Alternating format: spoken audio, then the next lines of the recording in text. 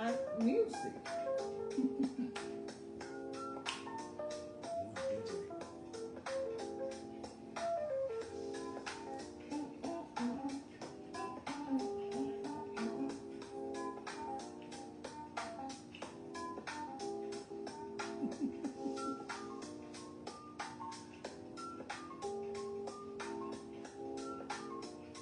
I don't know why my sound came on.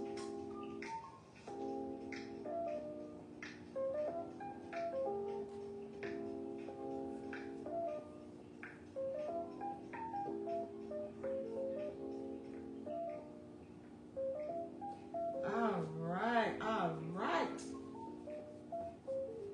Hello, beautiful ones. I am so glad that you were able to join me and join us this afternoon for another episode of Heart to Heart with Lady Love. There we go. Okay. Get this other pot ready for. All right. How's everyone doing this beautiful Sunday evening? I hope you're feeling well, just as I am. And for those of you that this is your first time on, hey sis, make sure that you log on to, well, if you just go to my link tree, you'll find everything about me. I be rhyming, don't even be knowing it all.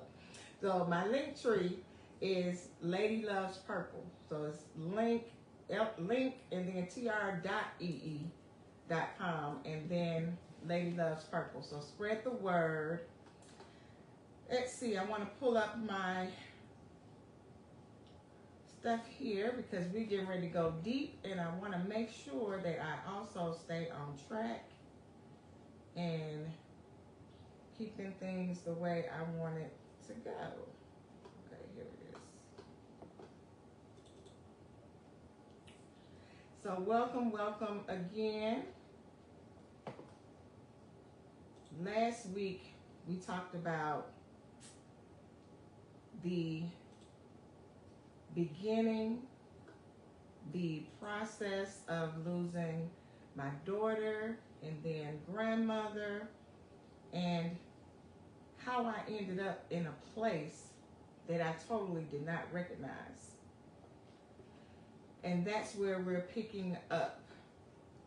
So initially, and this doesn't want to do what I want it to do. So initially, there we go. When we lost grandmother on June 20th, Britt died on September 30th, and grandmother passed on June 20th. So they both got the zeros, and I keep mixing them up. So, so it was 9 months later, right? And this journey and the information I'm going to share too is unfiltered, raw, and everything of how I found myself slipping into a place I had never known, emotionally, financially, mentally, and spiritually. So this is not just my story, it's a mirror, a message and a movement that I have for you tonight. So we're going to begin now when the cracks first showed.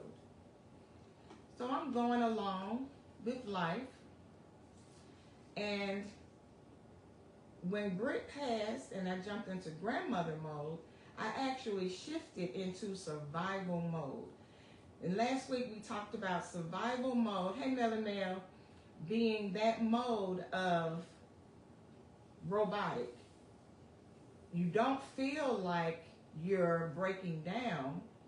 You feel like you're being, one, strong for others, and in my case, strong for my grandmother, strong for my husband, in which my husband was giving me strength, because when I tell you that's my rock, that's my jewel, I don't know what I would do without my king over here. Special thank you to my baby.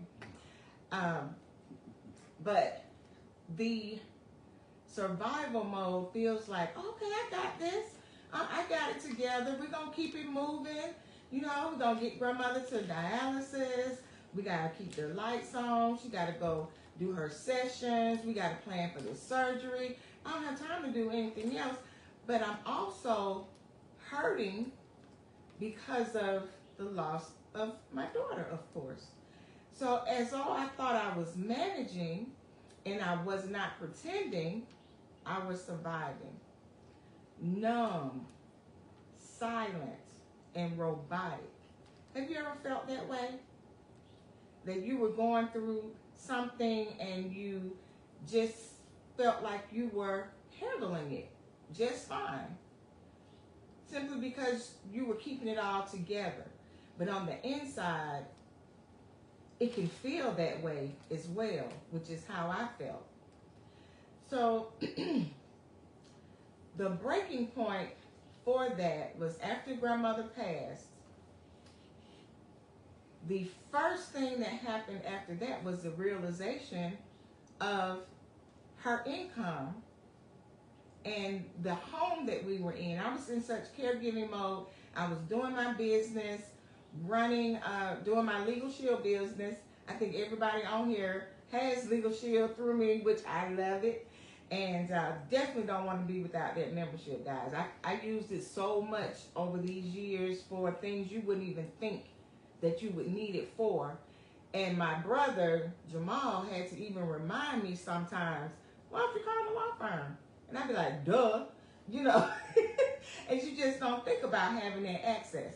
So doing that, which of course gave me the flexibility, and substitute teaching for Atlanta Public Schools, which gave me the flexibility back then.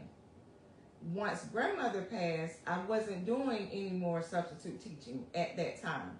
So I was just holding on to my income from Legal Shield, my business, which was not consistent enough to keep the roof over our head, because we had taken on the house here where I am. Grandmother left it for my dad, which he left it for me and wanted to go ahead and give it to me now. So along with that came all the responsibility. The house was not paid for, and we got the utilities, you know, just all of it. And it's just like, damn, okay, I got to focus on this now too. And I'm like, but where's the money? I see the bills, you know what I'm saying? But where's the money to go with the bills? That was missing, okay? And my Legal Shield money was not doing it, and it could have been doing it more, but I was feeling the pressure, the silence, the numbness was coming on even more, where I didn't really want to do that. I didn't have it in me to do that. And I initially began to feel like, well, is that because I'm just tired now? Or why is it that I don't feel like doing my presentations? Because I love helping people. Well, come to find out with that, Maurice also was still on that struggle bus with the employment, working a long-term assignment, claiming it's going to be permanent, and then here we go with some mess. You know, that's what they do. So, assignment, long-term, to hire, to drama, okay? That was the cycle. So there was no consistency. I had never been in that position before in my life of just no consistency. And not having my two loved ones, my daughter and my grandmother, in my life. It's just me and hubby. Where it was a family of 4, we were down to a family of 2, and I didn't know what to do. And I knew that I didn't want to lose the house. Everyone else is going through challenges as well, and we got to make it happen some kind of way. So with that, I began to go back into the system to Atlanta Public Schools to try to start substitute teaching. And it was crazy because I got in the system, but then I didn't want to go anywhere. I didn't want to go on the assignments, but I know I needed the money. Go figure, right? I began to tell, so this was maybe about 2 years or so after we lost grandmother, that I began to really feel different. So it was coming out of the survival mode to the reality mode of what has happened. And that process for me was about 2 years or so. Along that process, I was having premenopause. In menopause, I don't know what's the difference, premenopause, menopause, postmenopause. I don't know the difference. They all seem the same to me. All I know is I had never done it before, and I wanted to hurt somebody. And I was concerned about that. I was like, am I just becoming a mean, evil person because of the loss of my daughter and my grandmother? Because I didn't feel like I was being that way. That's not me. But literally, I began to feel like, okay, I'm going to hurt somebody. I'm going to take a life from somewhere with how I'm feeling. And my girlfriend Pam and Diane, they came and picked me up one day during that time to get me out of the house. They didn't really know what all was going on, but they knew that it wasn't right and that it wasn't the Angie that they knew. And Diane was one who was able to talk to me even more about menopause. So when she picked me up and we were traveling over to, we actually had like a seafood fest kind of at one of Pam's relatives, and Diane was talking to me about, I said, Diane, I want to kill somebody. I don't understand. Why do I feel so mean and evil right now? This is not me. She said, oh, that's your hormones. Though it's nothing but menopause. I said, what? I want to do all this with menopause? I said, I need to call the doctor because this ain't going to work. And she said, but she was assuring me that that feeling is something that you can have with menopause. Because I'm also thinking, am I feeling like this because I've lost my daughter and my grandmother? So you see how it started intertwining? And I was kind of like just confused. Okay, I'm having these feelings, my hormones, and I had already had a hysterectomy, but I still kept my ovaries. So that was supposed to also limit my menopause stages, like make it less complicated, I guess. And I was just highly confused. So I make an appointment. I go to the doctor. I tell them what I'm going through. They did some blood work, and we know how that goes. And I got some medicine, and the medicine didn't really seem like it was doing anything. And I also really couldn't tell if it was doing anything because I was still spiraling. Everything was still going downhill. Then I got to a place where we're at that first stage of the rabbit hole. So it was kind of like a whoop, here we go. Like your foot hit a banana peel and you down, you're in the hole. So here I am in the first stage of the rabbit hole. I was afraid of us losing the home, and the fear of those things and the fear of my husband and employment, the financial fear cracked me open. I'm in the hole and I'm looking around, and my thoughts are, what is this place? How did I get here? Like, I've never seen such darkness. It's like I feel like I need a flashlight. I mean, what is around me down here? And I'm sitting and I'm feeling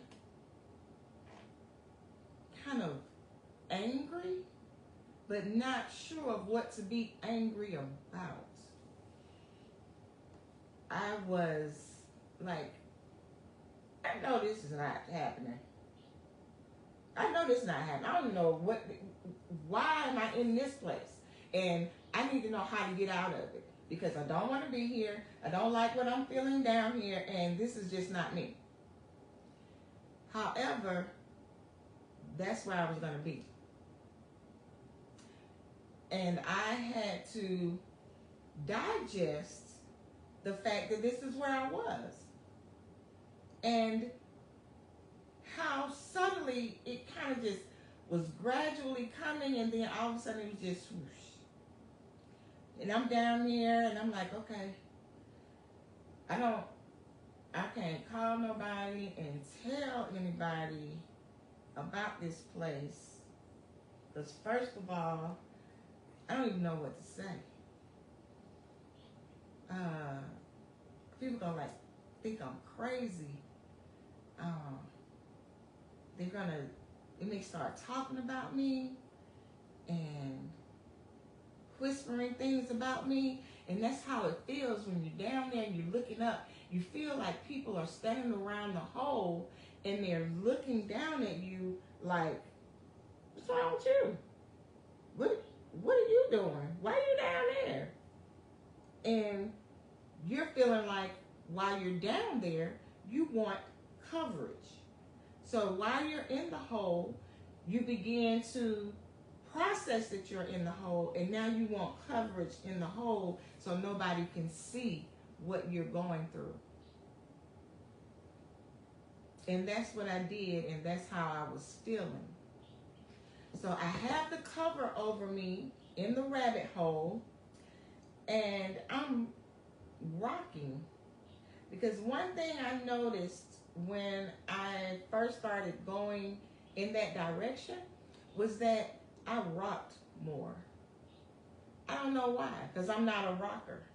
But I became a rocker in the rabbit hole. And as I laid there, I could feel life slipping from me. I felt confused. I felt like, do I even want to come out of this place? Like, maybe I'm better off here. That way no one has to worry about me. No one has to check on me. You know, everybody can just go on with life without me and everything will be fine. Right? And next week, I'm going to talk even more about the awareness after you're there, after you're covered, and you're going through that process of how did I get here and understanding what it looks like. Depression looks like this, and it comes in different forms. Have you ever been depressed or felt depressed about a situation? Can you relate to feeling like you're in a rabbit hole and that you can't go anywhere? What about our children? Do you think they ever feel like they're in a rabbit hole? Depressed? We all do, as a whole, have felt some form of depression or something that may have felt off, but you didn't label it as a form of depression. I stayed in that rabbit hole position with the cover for a long time. The very first time that it really got me. And I don't know if it was because I was in the hole and I had the hormonal menopausal stuff going on all at the same time, but I was there and I was not going anywhere. I saw no light at the end of the tunnel. I felt like, okay, I have spirituality. I have faith. I have belief in the things that I have taught, the things that I have written about as an author, how to love stress and live longer. I have this knowledge and all the things that I do, and I'm here. How is that possible? That made me want another cover because of my background. How are you going to be the author of How to Love Stress and Live Longer? Prepare yourself for an enjoyable journey, and you down here? You a big hypocrite. That's what it feels like. I felt like the biggest hypocrite. Do you hear me? And I had the knowledge, could use the knowledge, but couldn't get to the knowledge. There are certain things that you don't have access to in the rabbit hole. It's almost as if you got to go and start searching through the dark somewhere with no light to find the pieces of your life that you know to try to work on to pull yourself together. And I'm saying this as I'm reflecting on the very first time, because it's easier for me to do that now than it was even a few years ago, because I was still kind of close to it. Plus, I was still having depression. I still have and battle with depression. I still take medication for depression. And I don't even know really how much of it I need to keep taking or if I need to start being weaned off of it. All I know is right now I'm good, right? But when I also go in that rabbit hole too, on down the road, I was taking the medication. So what does that mean? Taking my medication regularly. Don't miss it. I ain't playing with you about it. Okay? I was taking my medication and then I still ended back there on another go round. But I'm going to stay right here on this first one and recognizing what it looks like when you fall into it. What are the things that you're seeing around you? What are your thought processes? Or what are my thought processes to share with you to see if you have had these same kind of thoughts, and to be able to share it with others that may be feeling that way and covered. You don't want anybody to pull that cover off. And like I said, depending on your life and the life that you live professionally, with your family, your relationships, and all of that will depend on, will dictate how many layers you have once you're in that hole. Okay? So, next week, we're going to talk about that second layer, that second phase. So, my series is going to be a 6-part series. So, this first one was for the arrival at the rabbit hole. And next week, we're going to talk about, I'm going to share my process, my mental processes of how and when will this end? How and when will this end? That's what we're going to talk about next week. I'm so glad and happy again that you all came. And please, if you know someone that may need to hear this information, share it.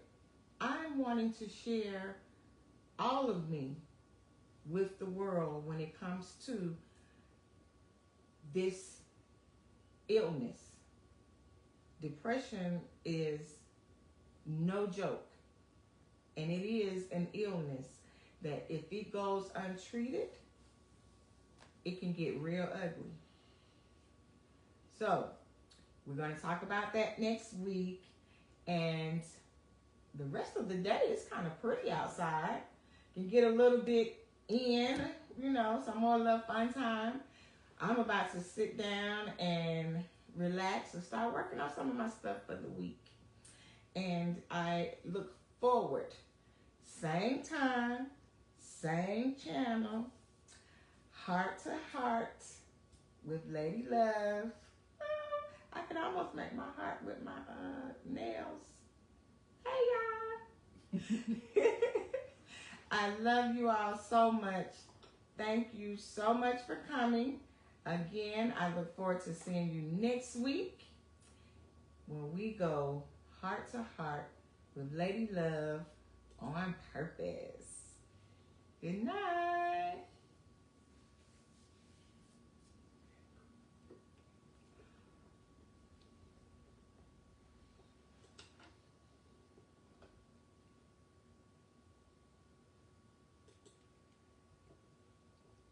We're trying to get some goodbye music. Goodbye, it's time to go. Good night, sweetheart. Well, it's time to go. Y'all remember that song? And what was that Mickey Mouse song? M-I-C. See you later. K-E-Y. I got it now. I'm telling my age, wasn't I? Okay. That's all right, though.